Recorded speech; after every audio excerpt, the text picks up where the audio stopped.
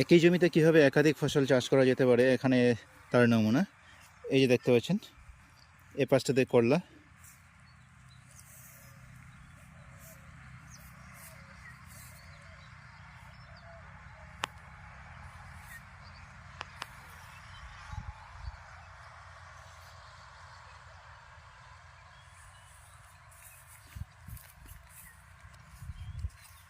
দেখতেই খুব সুন্দর লাগছে।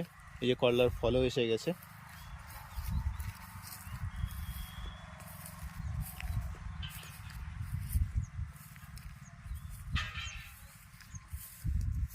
এখানে বাঁধাকপি, ফুলকপি দেখতে পাচ্ছি।